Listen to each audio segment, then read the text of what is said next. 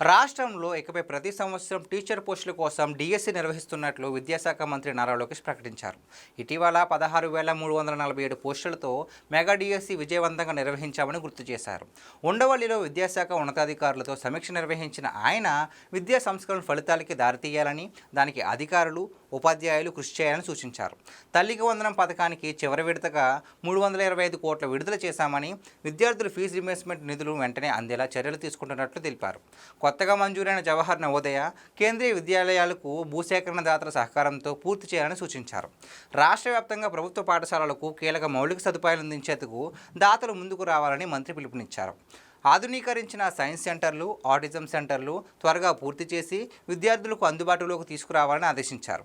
అమరావతిలో 2 లక్షల చదరపు అడుగుల విస్తీర్ణంలో దేశంలోని అత్యుత్తమ సెంట్రల్ లైబ్రరీని ఒక ఏడాదిలో నిర్మిస్తామని తెలిపారు.